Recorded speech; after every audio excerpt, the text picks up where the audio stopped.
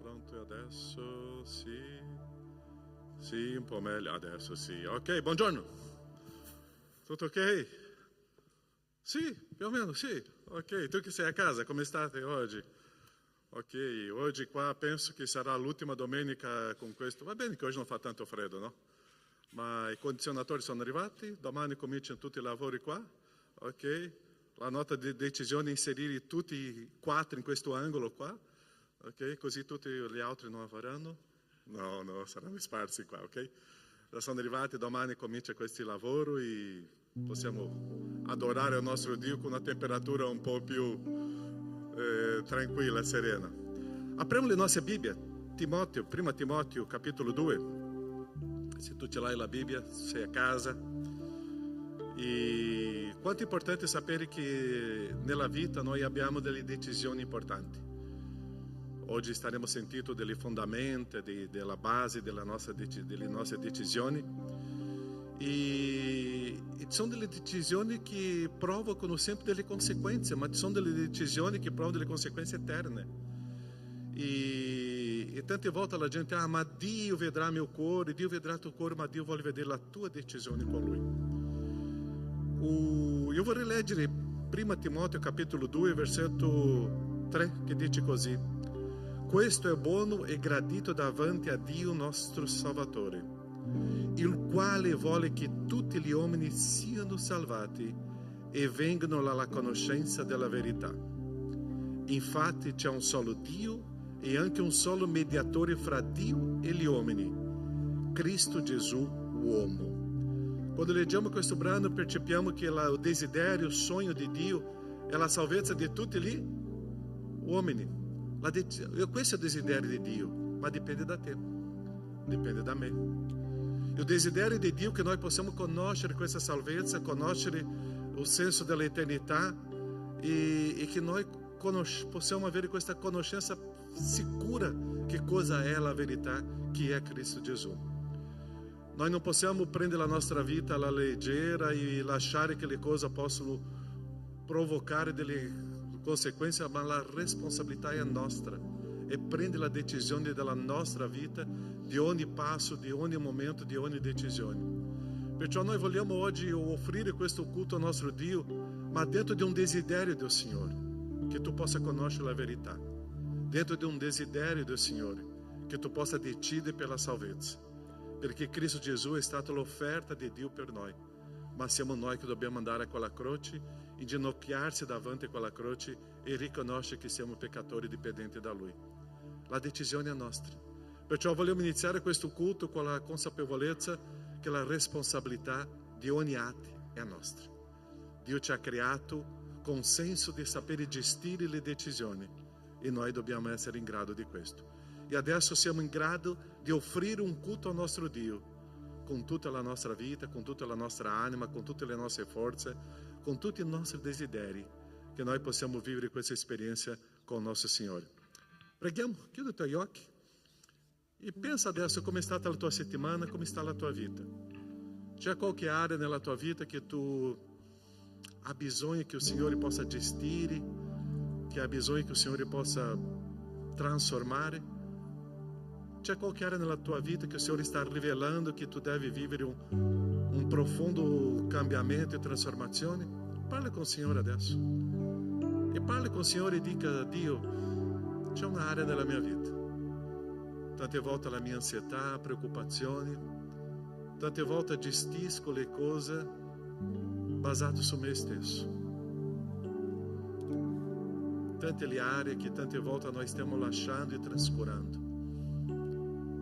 Intimità, preghiera, parola, rapporto, la camminata con i fratelli e sorelle. Parli con Dio.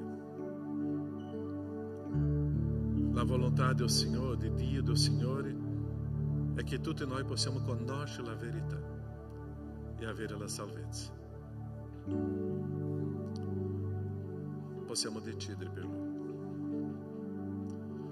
Nostro Padre, grazie per questa mattina. Siamo qui, oh Padre, per adorarti, offrirti un culto, offrirti la nostra vita, la nostra storia. Siamo qui, oh Padre, questa mattina con cuore desideroso per te, con cuore aperto a te. Rivelati, oh Padre, come tu sei. E che il nostro cuore, oh Padre, possa sentire questa tua pace, la tua presenza. Che la nostra mente, oh Padre, possa capire tutti gli atti che staremo vivendo qua e possiamo offrirti un culto ragionevole, oh Padre, capendo quello che faremo, soprattutto la nostra consacrazione a te. Grazie, questo momento è unico, è per te e vogliamo, Padre, vivere questa esperienza con te. Vogliamo decidere per te e conoscere la verità che è Cristo Gesù. Grazie, oh Padre, e grazie per quello che sta facendo in mezzo a noi, e grazie per la settimana, e grazie per la giornata di oggi. Grazie per le persone qua intorno a noi. Grazie per tutto quello che fai con noi e per noi. Nel nome di Gesù, questo culto è la nostra offerta a te. Amen, Signore. Amen. Possiamo stare in piedi? Già salutato la persona al tuo fianco, un buongiorno, già si è presentato. Possiamo iniziare questo culto con un modo come Chiesa, di essere Chiesa, come popolo di Dio. Ci salutiamo e cantiamo e adoriamo, perché Cristo, nostro Dio, è la nostra forza. Cantiamo e adoriamo a Lui. Ok, Emerson, non dimenticare di 1, 2, 3.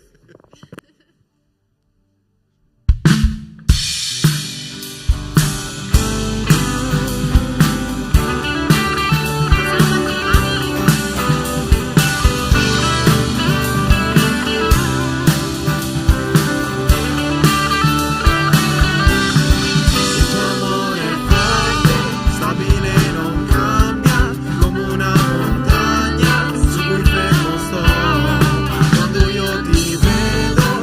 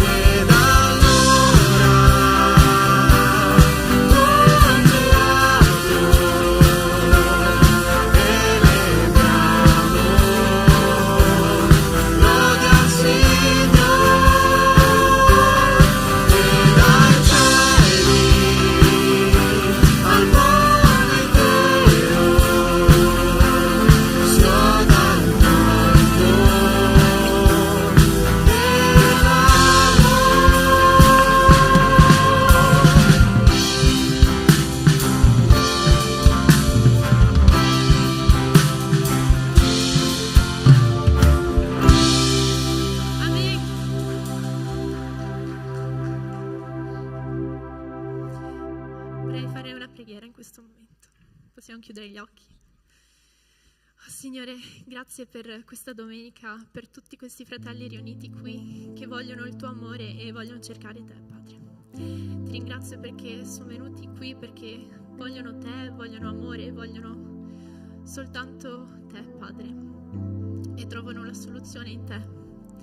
E tu ci ami così tanto che hai dato il tuo unico figlio per noi, che ci ha salvato, Padre, e il tuo amore non si può misurare, il tuo amore è infinito, il tuo amore è veramente grande e io voglio ricevere questo amore, voglio condividere questo amore, che queste persone qui presenti in questo momento possono veramente sentire la tua presenza e il tuo amore, Padre, che loro possono sentire che tu li ami veramente, Padre. Benedici queste vite, che loro possono dare le loro vite a te e consegnare ogni cosa, ogni dolore che sentono, ogni cosa che li fa stare male, per favore fa che possano darlo a te, Padre, e possano sentire questo calore, questo affetto in questa chiesa. Nel nome di Gesù, amen.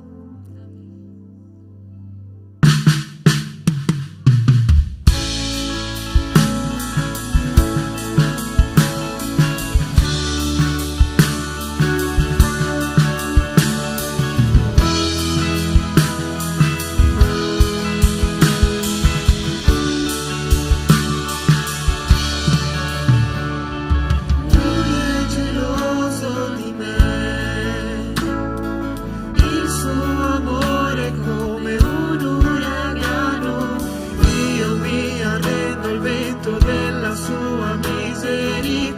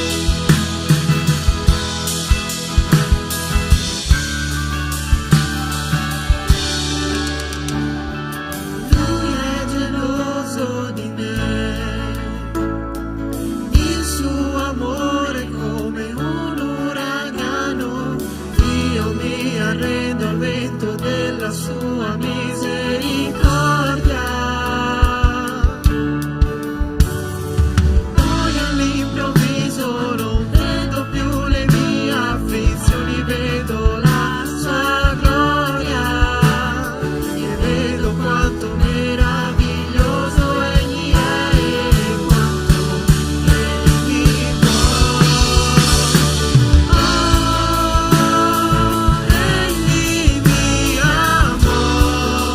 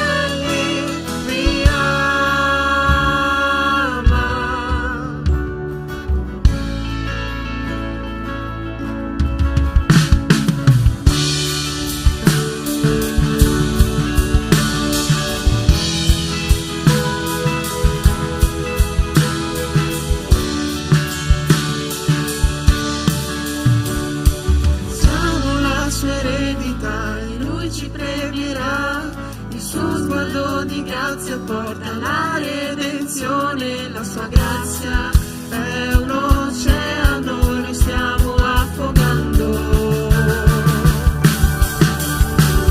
Il cielo e la terra sono una cosa sola, il mio cuore batte veloce nel mio petto, non ho tempo da perdere per il sentimento promesso. Egli mi ama, egli mi ama, egli mi ama,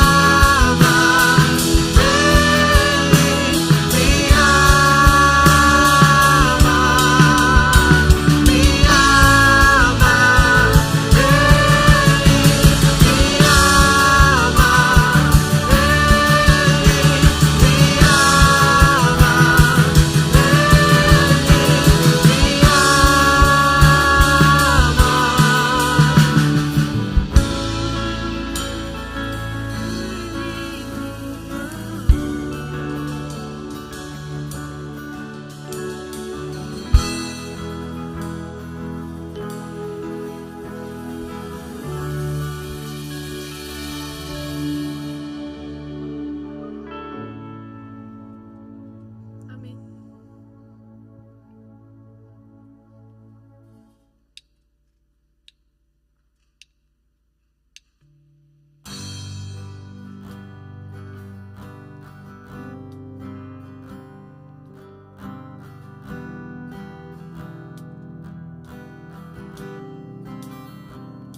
sei benvenuto qui, la casa è tua, entra, io mi svuoto di me, io mi svuoto di me.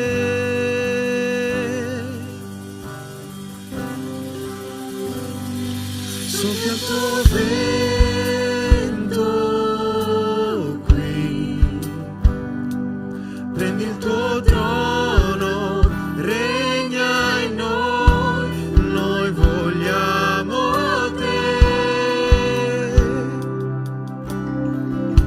noi vogliamo te.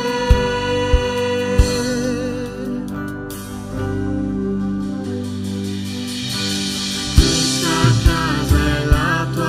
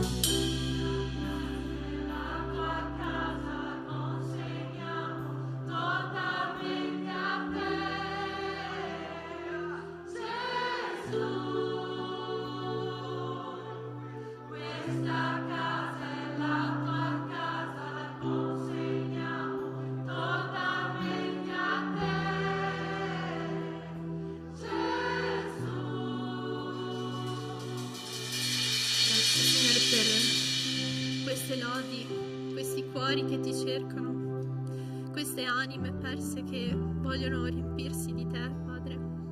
Siamo venuti qua, riuniti qua, in questa comunità, in questa chiesa, per te, Padre.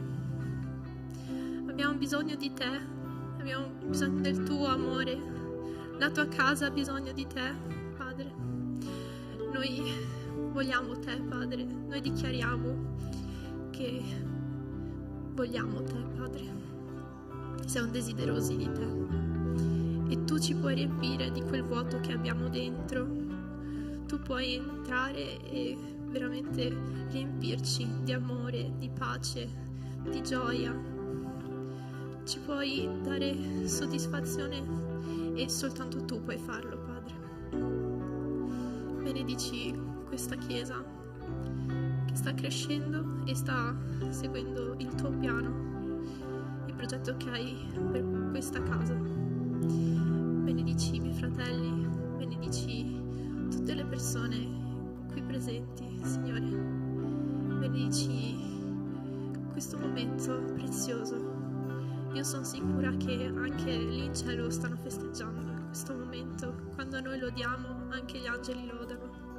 Grazie, Padre, per tutto questo, perché ci ami tanto. Io mi sento amata in questo momento. Il tuo Spirito è venuto qui per darci amore, per parlarci, Padre. Guida chi predicherà e grazie ancora per questa domenica, Padre. Nel nome di Gesù, amen. Potete sedervi.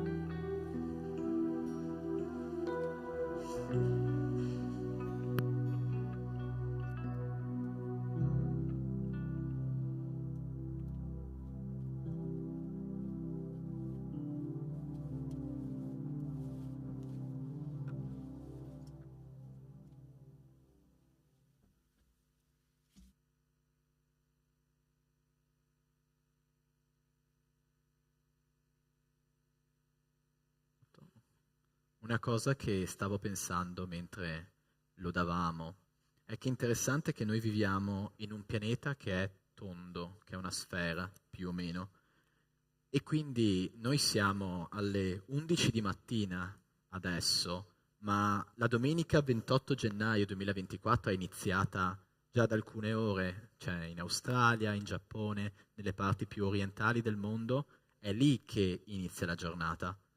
E quando noi lodiamo, a me piace visualizzare questa enorme, gigantesca chiesa globale ai piedi del trono del Signore che innalza il nome di Gesù, che canta di fronte a Gesù. E quindi c'è stato un'ora, oggi, in questa domenica, in cui un cristiano, una chiesa, qualcuno da qualche parte a est è stato il primo a cantare al nome del Signore stamattina. E da quel momento in avanti il sole è sorto in tutto il mondo, sempre più persone si sono svegliate, si sono riunite, sono andate in chiesa e hanno iniziato a cantare il nome del Signore. È stata una staffetta di lode che è arrivata qua e quando noi avremo finito la passeremo più avanti. Ci saranno gli Stati Uniti, l'America Latina, tutto l'Occidente che canterà il nome del Signore. Per 24 ore, per tutta questa domenica, qualcuno della Chiesa globale canterà il nome del Signore. Ed è un pensiero magnifico. Quando noi lodiamo, ricordiamoci che c'è una famiglia di figli di Dio che canta insieme a noi. E questo è meraviglioso. Lodare il nome del Signore è meraviglioso. E oggi noi vogliamo parlare di un discorso molto importante che Gesù fece. Torniamo proprio alle parole di Cristo, quelle che Lui disse mentre era qui su questa terra. E Cristo iniziò il proprio ministero in Giudea e poi si spostò in Galilea. In Galilea scelse i 12 apostoli, li chiamò dopo una notte di preghiera e poi si fermò a fare il famosissimo Sermone del Monte, di cui parleremo oggi. Il Sermone del Monte è un compendio di insegnamenti, di comandamenti che completano e chiariscono la legge mosaica dell'Antico Testamento, che veniva comunemente distorta, piegata e non capita, soprattutto dai farisei. Il Vangelo di Luca ci riporta un discorso del monte molto più sintetico, mentre Matteo va più nel dettaglio e in particolare oggi ci fermiamo sulla parabola con cui Cristo chiude questo sermone, la parabola delle due case. E questa parabola viene usata soprattutto in contesto cattolico, dalla mia esperienza, durante i matrimoni, come predica durante i matrimoni, per dire che il matrimonio vuole essere una casa fondata su Cristo, fondata sulla fede in Lui. E noi andiamo a vedere che cosa significa questo testo, che cosa vuol dire per le nostre vite. E per farlo vi invito a leggere entrambe le versioni, sia da Luca capitolo 6 che da Matteo capitolo 7. Iniziamo dalla versione di Luca. Luca 6 da 46 a 49, in cui Gesù dice alle persone che lo stavano ascoltando: perché mi chiamate Signore, Signore e non fate quello che dico? Chiunque viene a me e ascolta le mie parole e le mette in pratica, io vi mostrerò a chi assomiglia. Assomiglia a un uomo il quale, costruendo una casa, ha scavato e scavato profondamente e ha posto il fondamento sulla roccia. E venuta un'alluvione, la fiumana ha investito quella casa e non ha potuto smuoverla perché era stata costruita bene. Ma chi ha udito e non ha messo in pratica assomiglia a un uomo che ha costruito una casa sul terreno senza fondamenta. La fiumana l'ha investita e subito è crollata e la rovina di quella casa è stata grande. Ora leggiamo il brano dal Vangelo di Matteo, Matteo 7, da 24 a 29.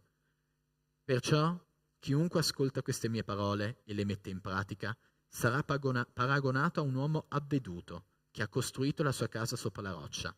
La pioggia è caduta, sono venuti i torrenti, i venti hanno soffiato e hanno investito quella casa, ma essa non è caduta perché era fondata sulla roccia. E chiunque ascolta queste mie parole e non le mette in pratica sarà paragonato a un uomo stolto che ha costruito la sua casa sulla sabbia. La pioggia è caduta, sono venuti i torrenti, i venti hanno soffiato e hanno fatto impeto contro quella casa, ed essa è caduta e la sua rovina è stata grande. Quando Gesù ebbe finito questi discorsi, la folla si stupiva del suo insegnamento, perché egli insegnava loro come uno che ha autorità e non come i loro scribi. Preghiamo per iniziare questa predica.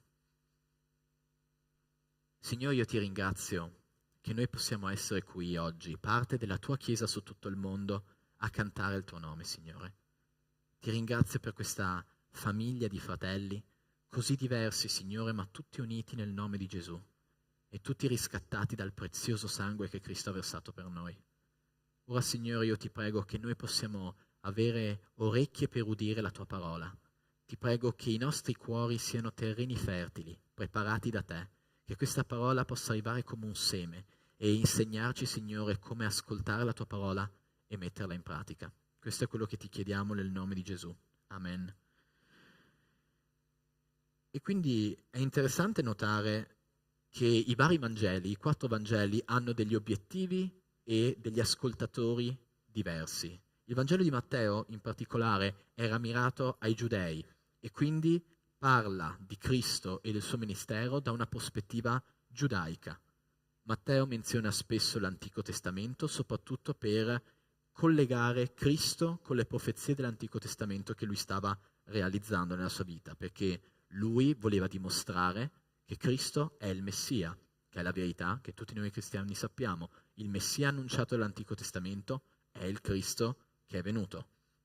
E nel lungo Sermone del Monte Gesù espone il vero significato della legge, in particolar modo dimostrando come i farisei, che per chi non lo sa era una setta giudaica che credeva in una rigorosa aderenza alla legge, ma soprattutto superficiale. Sapevano a memoria la parola, la applicavano perfettamente fino alle virgole, erano molto esclusivisti e giudicavano chi non riusciva ad essere perfetto come loro, ma era un'apparente perfezione. Seguivano alla lettera, ma distorcendo la legge in un modo ipocrita e soprattutto senza nessuna comprensione. Era un'aderenza rigorosa, perfetta, da manuale possiamo dire, ma vuota, senza nessuna vita dentro. E una caratteristica in generale dell'essere umano, ma in particolare dei farisei che sono stati esempi di questo, è quella di prendere le regole e girarle e rigirarle cercando la scappatoia. Spesso viene detto, in Italia nessuno segue le regole, nessuno segue le leggi, viene detto di tanti paesi, E noi per primi siamo quelli che, ok, c'è scritto il limite di 50, però se vado a 85 non c'è il vigile, non muore nessuno. Tante persone che sì, ok, dovrei pagare le tasse, ma se metto la mia azienda qui, se metto il nome là, se questo lo attribuisco qua, ne pago meno. Cerchiamo tutti di prendere la legge, quella civile, e di girarla, rigirarla, trovare la scappatoia. Fatta la legge, trovato l'inghippo, dice il modo di dire. Sempre una volta che c'è la legge troviamo come bucarla, come girarla, come uscirne, diciamo, il più illesi possibili. E noi facciamo così anche con la legge di Dio, ovviamente. Noi esseri umani prendiamo la legge di Dio, la giriamo, la rigiriamo nella direzione che più ci piace per trovare la nostra scappatoia. Per esempio, quando uno scriba chiese a Gesù quale fosse il più grande comandamento, Cristo gli rispose con 2 comandamenti. Ama tuo Dio con tutto il tuo cuore, tutta la tua anima e con tutte le tue forze, e ama il prossimo tuo come te stesso.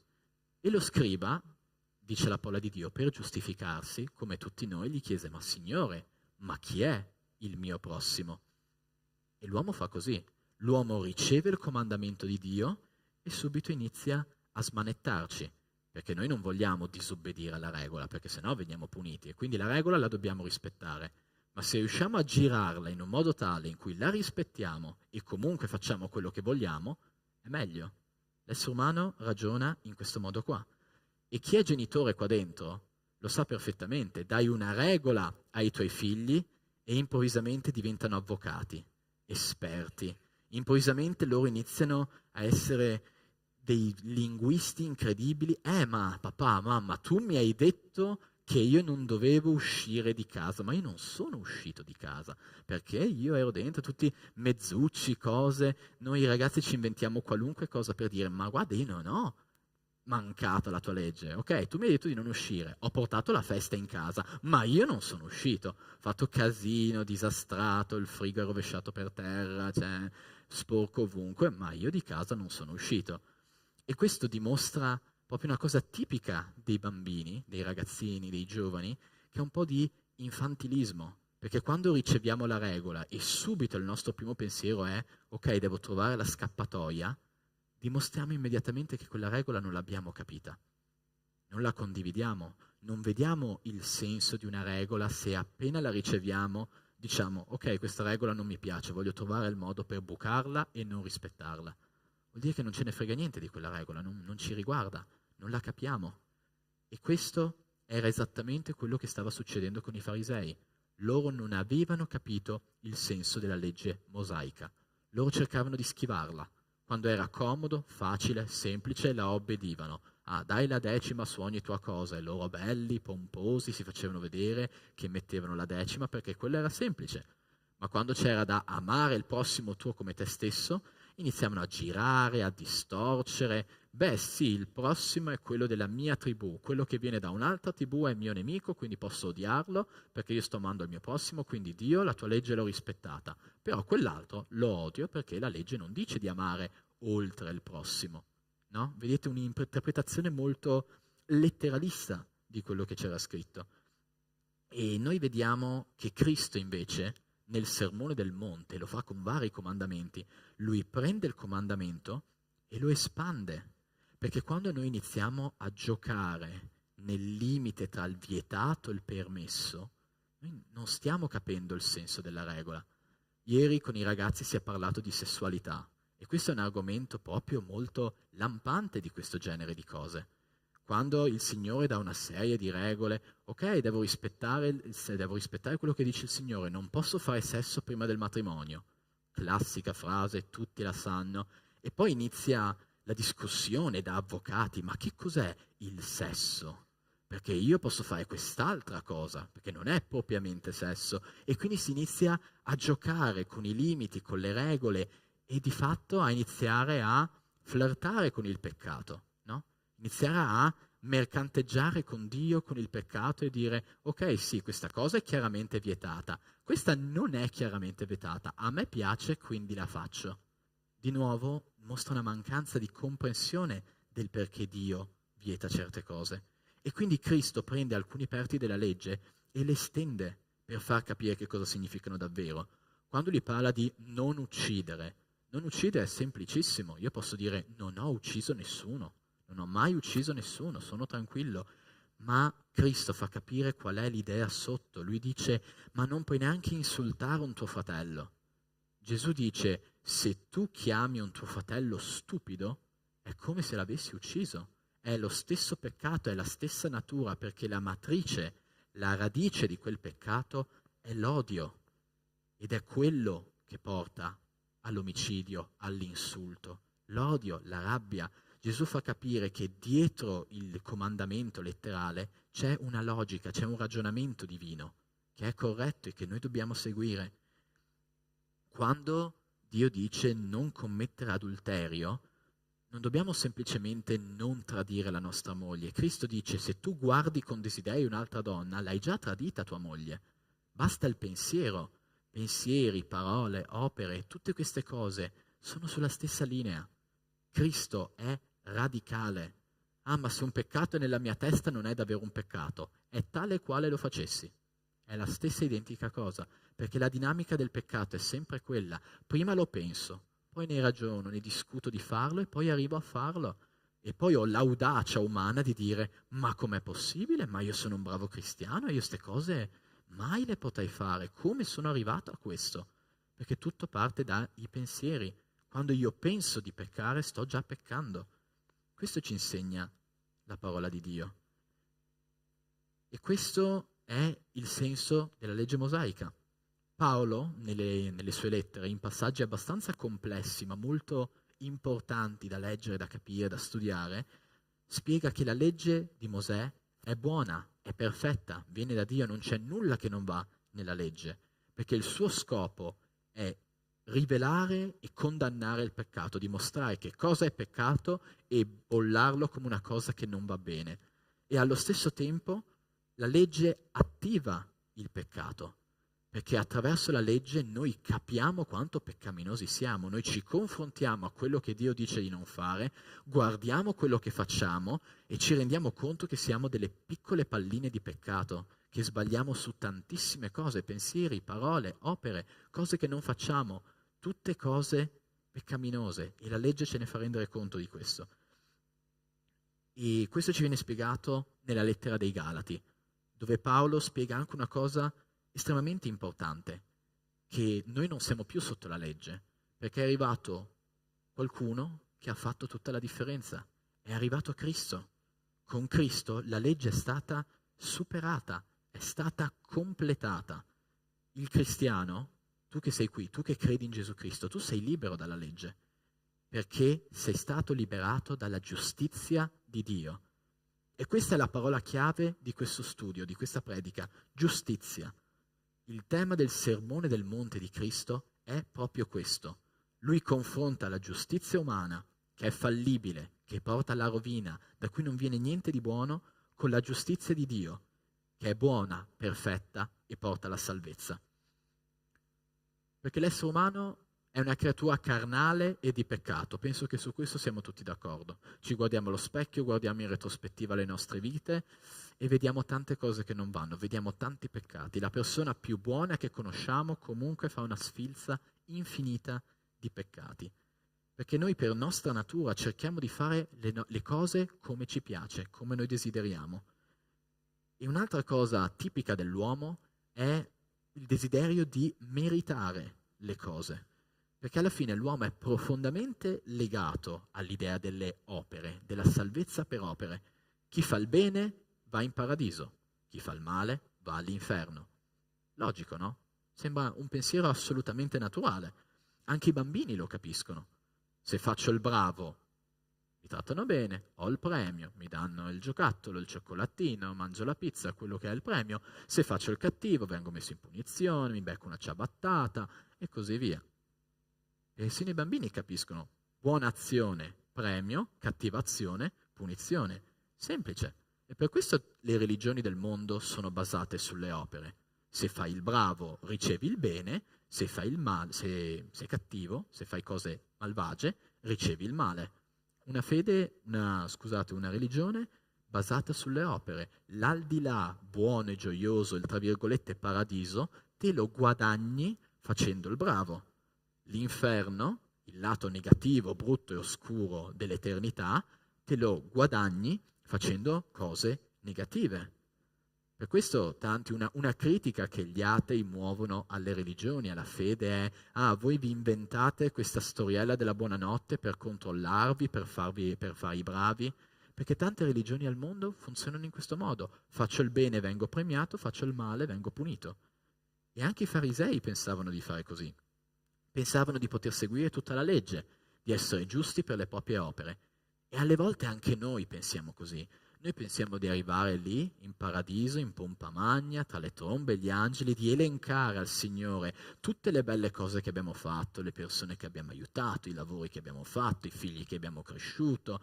Signore, io ho fatto questo, ho dato la carità, sono stato vicino, ho consolato, sono stato un confidente. Pensiamo che in mezzo agli applausi degli angeli noi entriamo in paradiso con i nostri meriti, trattati come una celebrità. Che bravo che è questo, il migliore cristiano sulla terra. Noi alle volte pensiamo di fare così, no? Ma nella parola di Dio ci viene detto che solo chi segue tutta la legge è santo. La legge va rispettata tutta, sempre. Ci viene detto nella lettera di Giacomo, capitolo 2, versetto 10, chiunque infatti osserva tutta la legge, ma la trasgredisce in un punto solo, si rende colpevole su tutti i punti.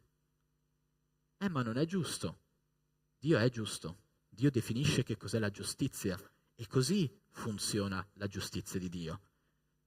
E noi, vedendo questo versetto, diciamo: ok, la legge va rispettata tutta, e quindi come i farisei inizia a storcerla, inizia a piegarla, a cambiare le definizioni, a dire: beh sì, la parola di Dio dice questo, ma in realtà devi capire il contesto, il greco, l'aramaico in realtà vuol dire che come sto facendo io va bene. Questo è il messaggio finale della Bibbia. E noi pieghiamo quello che dice la parola di Dio per giustificarci, per dire: no, io sto facendo bene. Dobbiamo amare il nostro prossimo. Ok, ma che cosa vuol dire amare? Chi è il mio prossimo? Io amo tanto la mia famiglia, quindi sto amando il prossimo, quindi non serve che ami gli altri prossimi. Quindi io sono a posto, questo versetto è rispettato e io metto un tic verde accanto al versetto. Poi leggiamo di Cristo che nella parola di Dio condanna lo sparlare, il fare pettegolezzi, condanna la bugia, condanna l'invidia. Nella lettera di Giacomo ci viene detto che chi può fare il bene e non lo fa, commette peccato. E noi spesso, non so se vi è mai capitato, a me capita di leggere, quando sto leggendo la parola di Dio e leggo certe cose, mi fermo un attimo e dico: beh no, Signore, tu non intendi questo, è troppo duro questo versetto, mi inchioda un po' troppo, deve essere la traduzione, deve essere un po' esagerato per far capire. In realtà non sei così severo, giusto, Signore? E lì mi sento un po' di magone dentro, perché noi ridimensioniamo tutte queste cose. Noi diciamo: no, vabbè, Signore, in fondo io non sono così cattivo, non sono così male. E poi il grande classico, fin da bambini lo facciamo: beh sì, io ho fatto il male, ma lui ha fatto peggio. Cioè, ok, io ho mentito e sono stato ipocrita, ma quella persona ha ucciso qualcuno, prenditela con lui, non con me. Quante volte noi ragioniamo così con Dio? Quante volte noi pensiamo così? Perché in fondo noi siamo brave persone, vado in chiesa, mento poco, sono poco pigro, non sono un mostro, ma Cristo non ha mezzi termini. Leggiamo dal Vangelo di Luca, capitolo 6, 32 e 33. E Cristo dice sempre nel Sermone del Monte: se amate quelli che vi amano, quale grazia ve ne viene? Anche i peccatori amano quelli che li amano. E se fate del bene a quelli che vi fanno del bene, quale grazia ve ne viene? Anche i peccatori fanno lo stesso. Leggiamo la versione di Matteo 6, 46-47. Se infatti amate quelli che vi amano, che premio ne avete? Non fanno lo stesso anche i pubblicani? E se salutate soltanto i vostri fratelli, che fate di straordinario? Non fanno anche i pagani altrettanto? E noi sappiamo, le cose buone le fanno anche i non credenti. Ci sono atei, musulmani, buddisti, eccetera, che fanno buone opere, aprono ospedali, aiutano i poveri, fanno ricerche contro il cancro, contro malattie. Non serve essere cristiani per essere buoni, per fare cose buone. Lo vediamo. E quindi che cosa dobbiamo fare? Cos'è che fa la differenza? Beh, il comandamento più semplice di tutta la parola di Dio. Cristo dichiara con chiarezza, con estrema chiarezza: qual è lo standard fissato dalla legge. Matteo 6,48. Voi dunque siate perfetti come è perfetto il Padre vostro celeste. Perfetto, fine della predica. Siate perfetti, siate esattamente come Dio, non sbagliate mai. Buona domenica, buona settimana. No, è impossibile. È impossibile, e qui Cristo chiarisce l'impossibilità di seguire la legge. Chi può essere perfetto come è perfetto Dio? E questo spiega perché la casa sulla sabbia crolla. Perché quando ci basiamo sulle nostre buone opere, sulla nostra giustizia personale, la nostra casa crollerà di fronte alla fiumana e alla pioggia del giudizio di Dio. Perché di fronte a Dio noi non potremmo dire: ma Signore, io pensavo di star facendo il bene. Perché noi non possiamo fare il bene, perché fare il bene significa essere perfetti come Dio è perfetto. E noi non siamo capaci di essere così. Puoi sforzarti quanto vuoi, puoi lavorare come uno schiavo, romperti la schiena, prendere tutti i soldi che hai, darli alla tua famiglia, ai poveri, costruire ospedali, scuole, dare tutta la tua vita solo e unicamente per gli altri, con un completo e totale altruismo. Un giorno andare alla presenza di Cristo con la tua lista delle belle opere dicendo: ah, sono stato bravo, ho fatto una vita di volontariato, di aiuto, sono stato sempre dietro alle altre persone. Cristo ti guarderà e ti dirà: io non ti ho mai conosciuto, allontanati da me, malfattore. E questo distrugge la nostra visione del mondo. Ma come? Ma come? Io ho fatto le cose buone, perché non sto entrando in paradiso? Perché Dio non mi prende insieme alle mie cose buone? Questa è la frase che Cristo dirà a tutte le persone che non avranno creduto. Nella lettera agli Ebrei viene detto che senza fede è impossibile piacere a Dio, è impossibile piacergli. E la parola di Dio, in versetti estremamente famosi, ci dice che noi siamo salvati soltanto mediante la fede. Leggiamo Efesini 2, 8 e 9, che molti qui conoscono a memoria. Infatti è per grazia che siete stati salvati, mediante la fede, e ciò non viene da voi, è il dono di Dio. Non è in virtù di opere affinché nessuno se ne vanti. All'inizio della predica abbiamo parlato di giustizia. Il tema del Sermone del Monte è la giustizia. E noi non siamo in grado di essere giusti. L'abbiamo visto.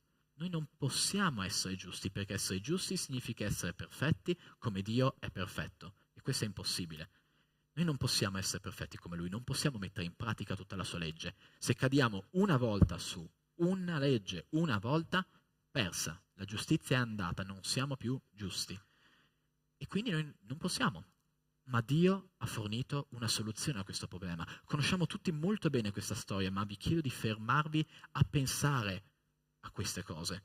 Seconda lettera ai Corinzi, capitolo 5, versetto 21. Paolo scrive: colui che non ha conosciuto peccato, egli lo ha fatto diventare peccato per noi, affinché noi diventassimo giustizia di Dio in lui. Questo versetto è fondamentale, è centrale nella vostra vita cristiana. Il Padre ha fatto diventare peccato Cristo, colui che non ha mai conosciuto il peccato, affinché noi, io e te, diventassimo giustizia di Dio in Cristo. E questo è possibile, questa è la grazia, questo è il messaggio della grazia. E ciò che fa la differenza tra vivere nel peccato e vivere nella grazia è la fede. Perché la fede è tutto ciò che Dio ci chiede. La fede è ciò che ci rende graditi a Dio. E la fede è il mezzo attraverso il quale noi riceviamo la grazia. E quindi di che cosa stiamo parlando? Perché parliamo di opere? Cosa c'entrano le opere con il messaggio cristiano? La salvezza è per grazia mediante la fede. E le nostre opere non contano, perché noi non dobbiamo vantarcene. È una cosa che fa Cristo. E quindi perché si parla di mettere in pratica? A questo fine Dio ci ha dato la lettera a Giacomo, che spiega molto chiaramente come convivono la fede e le opere. Leggiamo insieme Giacomo 2, 17 a 20. Così è della fede. Se non ha opere è per se stessa morta. Anzi, uno piuttosto dirà: tu hai la fede e io ho le opere. Mostrami la tua fede senza le tue opere e io con le mie opere ti mostrerò la mia fede. Tu credi che c'è un solo Dio e fai bene. Anche i demoni lo credono e tremano. Insensato, vuoi renderti conto che la fede senza le opere non ha valore? È molto bella questa frase, molto interessante. Ah, credi in Dio? Interessante. Ci crede anche Satana. Anche Satana sa che Dio c'è, lo sa molto bene, lo sa molto meglio di noi. Però qual è la differenza tra noi e Satana? Qual è la differenza tra sapere che Dio c'è e avere una fede viva in Dio? La fede è l'unica cosa che ci dà la salvezza, ma non è sufficiente sapere che Dio esiste. Gesù lo dice molto bene nel Sermone del Monte, come si lega la fede alle opere. Luca 6, versetti 43-45. Non c'è infatti albero buono che faccia frutto cattivo, né vi è albero cattivo che faccia frutto buono, perché ogni albero si riconosce dal proprio frutto.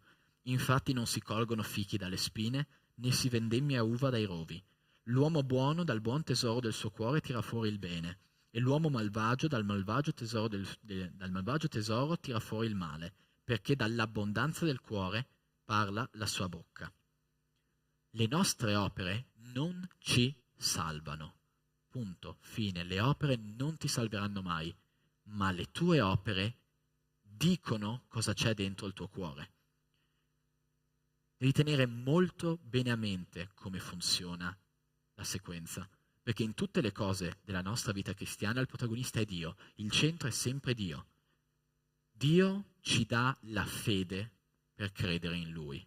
La parola di Dio dice che se non abbiamo abbastanza fede la dobbiamo chiedere a Dio. Quindi la fede per credere ce la dà Dio. E dalla fede che abbiamo in Lui, oltre ad avere la salvezza, scaturiscono anche le opere. Nel passaggio di Efesini, Paolo ci dice che il Signore ci mette davanti le opere che noi dobbiamo compiere. Quindi nemmeno le opere ce le inventiamo noi, persino le opere buone che noi facciamo ci vengono fornite da Dio. Persino le buone opere sono una grazia di Dio. E quindi la salvezza per grazia mediante la fede non ci esonera dal fare buone opere. Ah, io sono salvato, quindi io vado in pilota automatico, me ne frego di tutto e tutti, faccio la mia vita, vado in chiesa, vivo completamente normale, uguale a tutti gli altri, perché tanto sono salvato per grazia, non devo fare nulla, non devo niente a nessuno e vivo la mia vita. Questa è una fede farisaica, vuota. Mi attacco a un versetto, letteralmente, ma sono salvato per grazia, senza capirlo, senza capire che la grazia mi rinnova, mi rende una creatura nuova, che gioisce nell'obbedire a Dio. La salvezza per grazia non ci esonera dal fare le opere buone, come abbiamo detto. E come ci dice Giacomo, noi dobbiamo guardare alla grazia, alla vera libertà, per capire chi noi siamo e come conseguenza di questa libertà fare le opere buone che Dio ci comanda di fare. Leggiamo da Giacomo, capitolo 1, versetti da 21 a 25.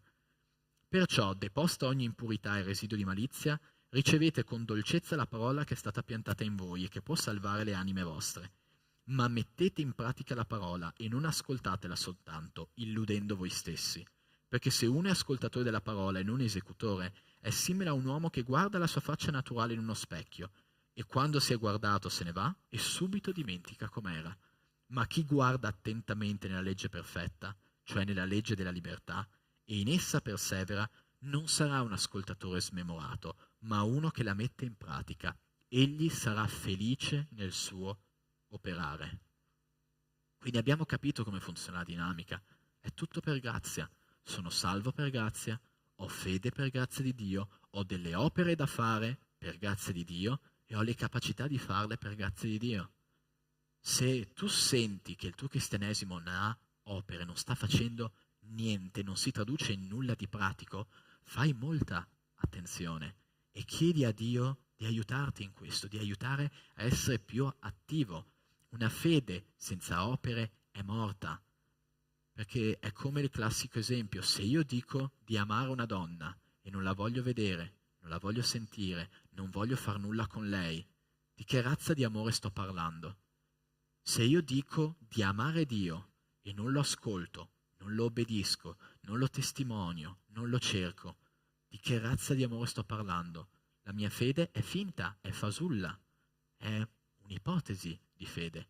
La nostra fede deve essere vera, deve essere viva.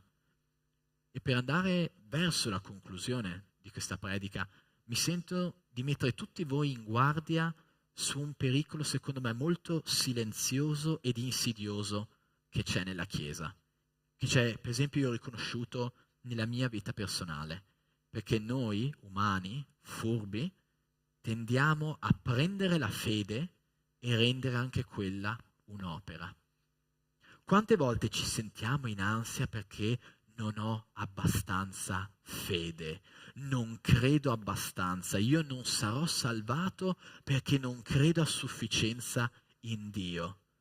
Leggiamo bene che cosa stiamo facendo. Stiamo sostanzialmente dicendo, io devo fare meglio per essere salvato, io devo credere di più, devo avere più fede. Di nuovo prendiamo la fede, la rendiamo un'azione e lì ci rendiamo di nuovo conto che abbiamo ricostruito una salvezza per opere. Quando senti queste cose, torna ai piedi di Cristo.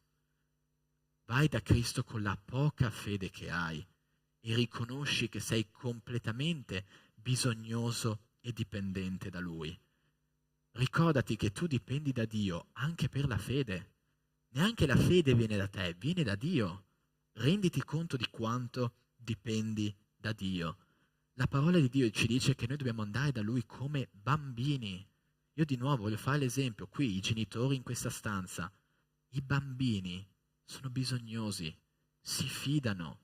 Se un bambino a tuo figlio tu non dai da mangiare, cosa fa? Va a cercarselo da solo? No, non mangia, non può.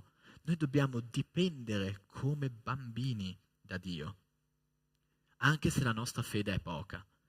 E per concludere voglio citare l'esempio di un padre che viene menzionato nel Vangelo, che proprio nella sua preghiera a Cristo lui cattura esattamente questa idea. Lui aveva un bambino, il suo figlio era indemoniato. Marco 9,24. Questo padre dice a Gesù, subito il padre del bambino esclamò, io credo, vieni in aiuto alla mia incredulità. Noi tante volte abbiamo questo pugnetto di fede e in tante cose abbiamo dubbio, paura. Ok Signore, io credo che tu mi possa aiutare nella mia vita, ma questa cosa è troppo grande, ho paura che non riuscirai ad aiutarmi. Ma io credo, aiutami dove io sono incredulo. Non mettere un metro accanto alla tua fede, non rendere la tua fede un'opera. Non pensare, non credo abbastanza in Dio, quindi sono un indegno, non posso andare alla sua presenza, non posso andare da Lui perché non credo abbastanza. Riconosci di non credere abbastanza, vai dall'unico che ti può darti la fede, cioè Lui, e chiedigli più fede. Questo deve essere il nostro rapporto, una totale dipendenza dal Padre. La fede non la generiamo da noi stessi, la nostra fede viene dal Padre. Per concludere, entrambi gli uomini in questa storia stavano costruendo la casa. Nessuno dei due era con le mani in mano. Uno ha costruito la sua casa sulla sabbia e l'uno l'ha costruito sulla roccia. Entrambi stanno lavorando, entrambi stanno operando, ma uno opera come gli pare, come gli va, come desidera, secondo le sue regole e le sue basi. L'altro opera in obbedienza al Signore, facendo come Dio comanda di fare. Ed è interessante notare che entrambi hanno ascoltato la parola. Tutti e due si sono seduti di fronte al Signore, hanno ricevuto la parola e l'hanno ascoltata. Ma uno ha scelto di ignorare quella parola e fare di testa sua. L'altro ha scelto di obbedire a quella parola e metterla in pratica. La sabbia è la disobbedienza. La roccia è l'obbedienza. Questo noi capiamo da questo testo. Noi costruiamo la nostra vita sulla sabbia quando la costruiamo su base di disobbedienza a Dio e la costruiamo su una roccia stabile quando costruiamo la nostra vita su un'obbedienza a Dio. L'obbedienza ti salverà? No. L'obbedienza non ti salverà, perché se potesse salvarti rispetteremmo tutta la legge mosaica e non servirebbe la grazia. Se l'obbedienza ti potesse salvare, non ci sarebbe la croce, non ci sarebbe stato Cristo. non sarebbe servito a niente. È la grazia che ti salva. Devi dipendere da Cristo come un bambino dipende dai genitori. Guardate ai nostri bambini, ai vostri figli, guardateli come esempio. Quella è la dipendenza, la devozione che dovete avere. Il Padre ci dice di fare tante cose e ci dice di non fare tante altre cose. E tu sei chiamato ad obbedire come un bambino. Quando un bambino piccolo sta per toccare qualcosa di sporco, qualcosa di pericoloso, non toccare. Il bambino lo ascolta perché l'ha detto il papà. Mangia queste verdure che ti fanno bene. E il bambino lo ascolta perché l'ha detto la mamma. E noi dobbiamo essere così. Ci sono comandamenti che sono difficili da rispettare. Quante volte avete dovuto staccare il vostro bambino dal giocattolo da cui non si voleva togliere? Tante volte noi siamo così. Adesso basta giocare. Ma no, Signore, voglio giocare ancora, voglio ancora fare questa cosa. Ma lì bisogna avere l'obbedienza anche quando è difficile. Anche quando il Signore ci comanda di fare qualcosa che non ci piace, noi dobbiamo obbedire. Anche quando facciamo fatica a capire. Perché quei comandamenti sono per il nostro bene, sono per il tuo bene e vengono da un Dio che ti ama di un amore assoluto. Dio non ci chiede un'obbedienza cieca, Dio ci spiega tante cose, ci spiega il ragionamento e ci ha dato un'intelligenza, uno Spirito Santo per capire quello che la parola ci dice. Non ci chiede di essere dei robot, ma ci chiede di ascoltare la sua parola e di metterla in pratica. Costruisci la tua casa sulla roccia, fonda la tua vita su un'obbedienza profonda e consapevole dei comandamenti di Dio. Devi avere una fede viva, la fede viene da Dio e viene nutrita dalle buone opere che Lui ti mette davanti e Lui ti rende capace di fare. Perché il cristiano non sta fermo, il cristiano è operoso, lavora. Vedi una persona per strada che è nella necessità, ti tiri sulle maniche e ti sporchi le mani. Vai ad avere a che fare con il peggio delle persone, perché Cristo è andato ad avere a che fare con il peggio delle persone. Persone sporche, persone disastrate, che nessuno guarda. Gesù vuole chiamare loro e per avere a che fare con quella gente tu dovrai sporcarti le mani, dovrai andare in brutti posti, parlare con persone che ti disgustano magari. Ma questo Cristo ci chiama a fare, queste sono le opere che ci chiama a fare. Non ci chiama a essere operosi e a lavorare per Lui, ma operando in pace, sapendo che, ok, sto operando, ma non sto operando per la mia salvezza, sto operando per dare gloria al mio Dio. Questa predica non mi sta valendo nulla la salvezza, perché la salvezza me l'ha data Cristo sulla croce.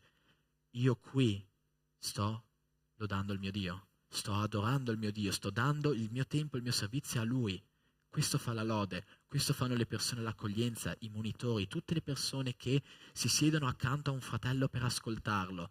Quella opera buona che fanno non è per la loro salvezza, ma è per dare gloria a Dio e per testimoniare di Lui su questa terra. Questo è il rapporto tra la grazia e le opere. Non confidare in quello che puoi fare, ma come un bambino piccolo, se il tuo papà ti dice vai, fai, tu agisci, obbedisci, perché il tuo Padre buono non ti manda a fare una cosa che è negativa per te. Questo è il senso di questo passaggio del Vangelo. Preghiamo assieme per concludere.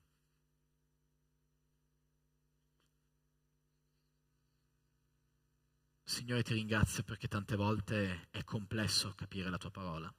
Tante volte sembra che ci siano contraddizioni, cose che non capiamo, cose che non sembrano avere senso ai nostri occhi, Signore.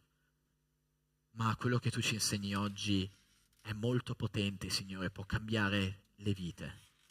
Solo per grazia siamo salvati.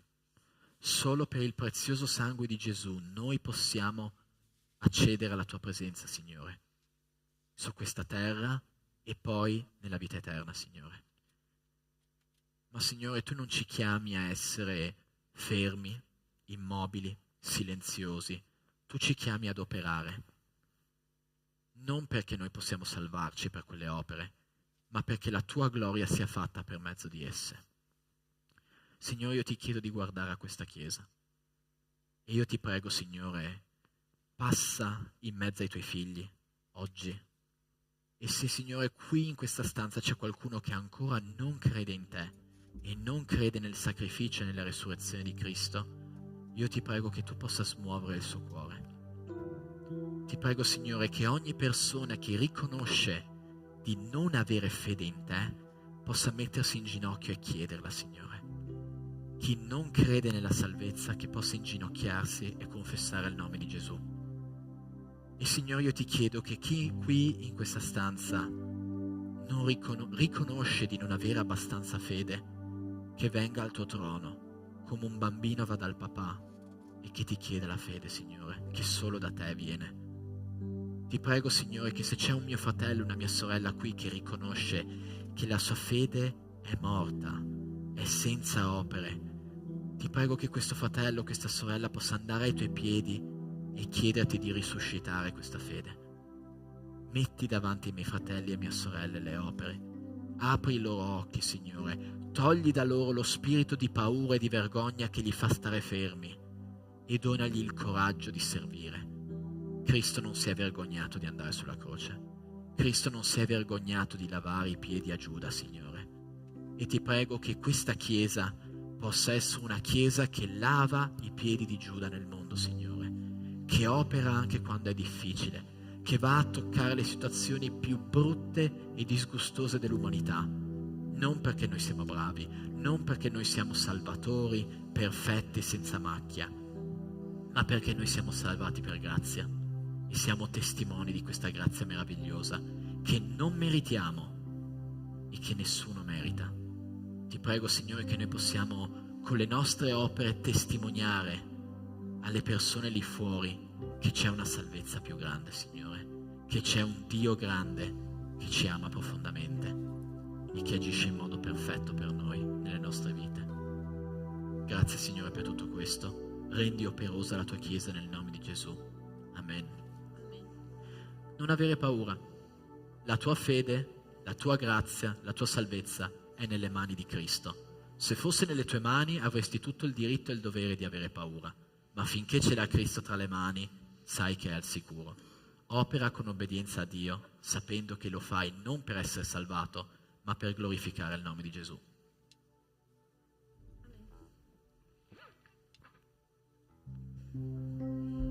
Amém, Chiesa? È bello sentire quello che il Signore ci guida e questo senso dell'obbedienza. E quanto è bello camminare in questo che il Signore ci insegna. E la parola del Signore è completamente diversa dalla nostra mentalità. Cambia, ma è libertà, è vita.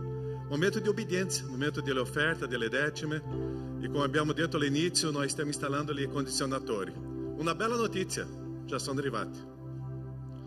Seconda bella notizia, domani comincio a installare qua. Terza bella notizia, sabato già i ragazzi qua già avranno questa sala riscaldata. L'altra bella notizia, prossima domenica già avremo questa sala con una temperatura molto più gradevole. Quinta bella notizia, tutto pagato. Sesta bella notizia, o soldo è nella tua tasca. Ok, già abbiamo pagato, sì. Ma se qualcuno vuole fare un'offerta, perché noi vogliamo anche installare fuori, perché i corridoi sono molto freddi e nell'estate è troppo caldo. E vogliamo dare dei passi. Abbiamo soldi, già abbiamo deciso, già abbiamo pagato, tutto sistemato, solo mano d'opera, ma abbiamo anche soldi per pagare. Ma se tu vuoi fare un'offerta per i condizionatori, puoi prendere la busta, c'è lì nell'entrata, e inserire là un valore, i condizionatori. E stiamo usando questo perché vogliamo anche la sala nera. Stavo parlando con un gruppo di persone questa settimana. Usiamo la sala nera 5 mesi in 12 mesi all'anno, perché o è troppo fredda o è troppo calda. E dobbiamo anche sistemare questo. I ragazzi stanno lì giocando, i nostri figli, i vostri figli stanno lì a giocare, i bambini, ma dobbiamo creare un ambiente che loro possano stare lì con la temperatura, ok? È un momento di obbedienza, è un momento, come abbiamo sentito, obbedienza di fede e obbedienza di fede anche nella parte economica. Facciamo questo momento di offerta con gioia, con allegria, e possiamo fare questo con danza e amore. Mi sembra che è questo cantico, ho letto. Ok, facciamo questo cantico con gioia, con allegria, e facciamo questo momento di offerta con gioia e allegria. Possiamo stare in piedi e cantiamo, danziamo, balliamo e offriamo al nostro Dio con intensità e con gioia adesso, e facciamo questo con ringraziamento al nostro Dio, ok?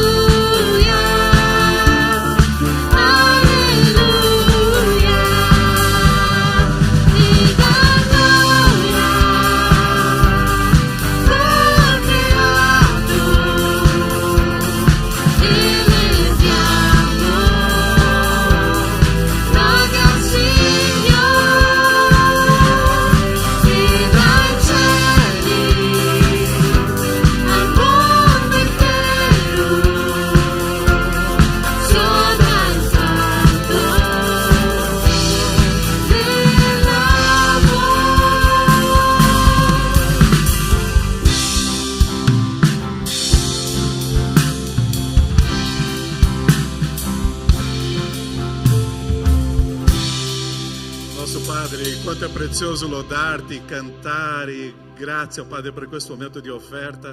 O quanto questo arricchisce il nostro cuore e la nostra vita, Padre, lodarti e vivere questa esperienza di fede, oh Padre, in obbedienza a Te come conseguenza di una fede sicura in Te.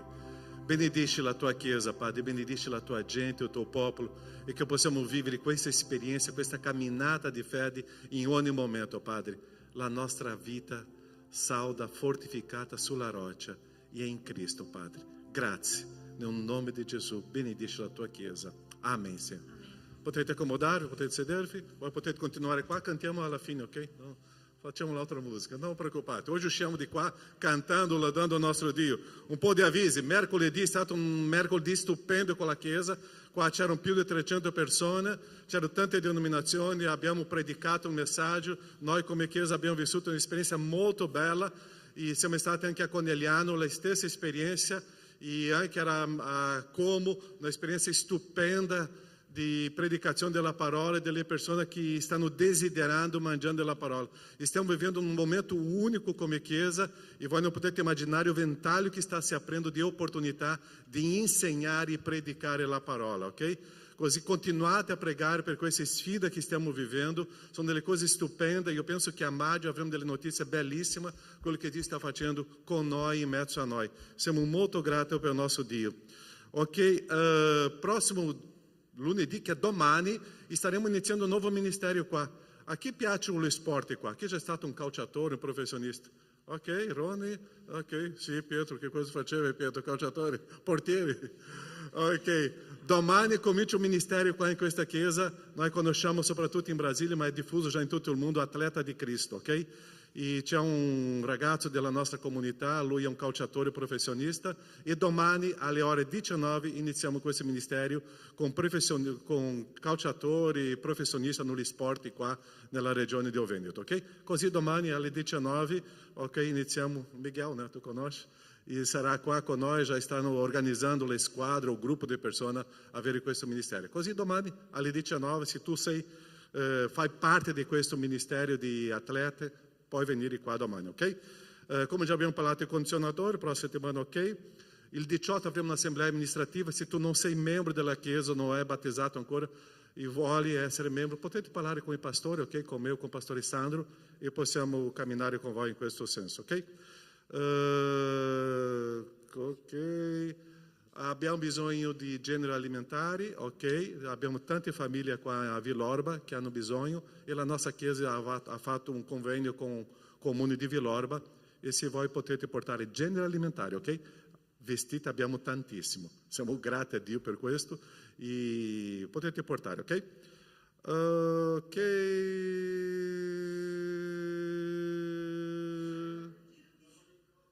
Ah, è vero, girati Caio. Convegno di coppia, ok?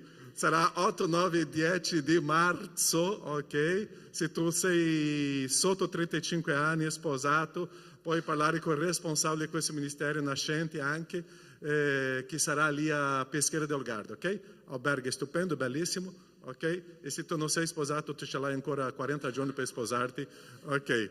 Va bene, prossimo avviso, già ho fatto tutto qua.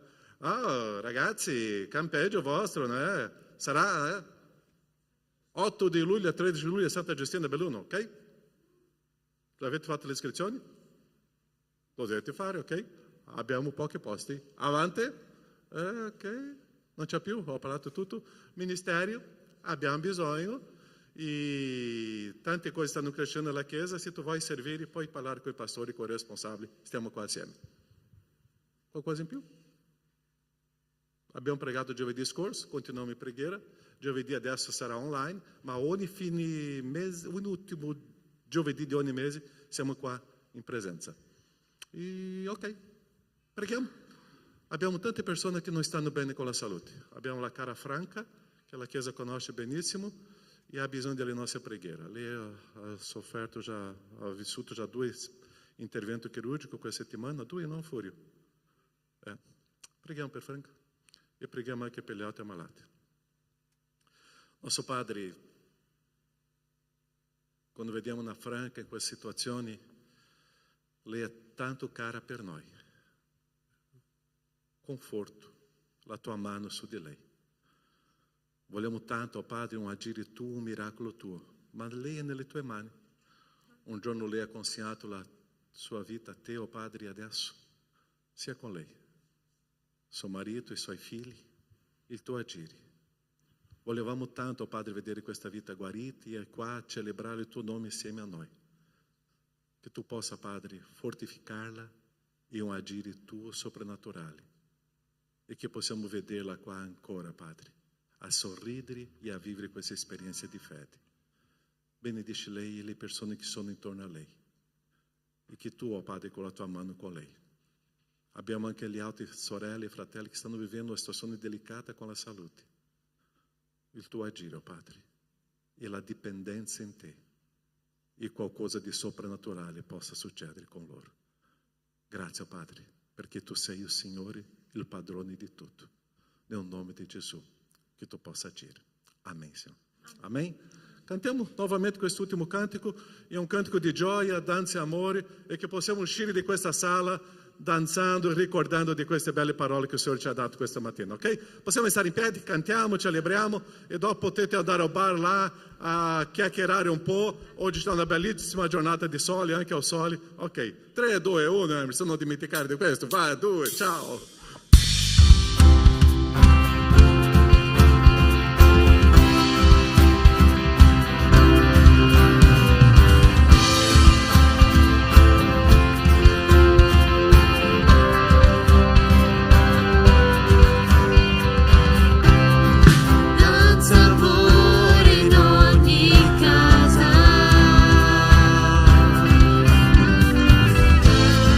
Gioia e pace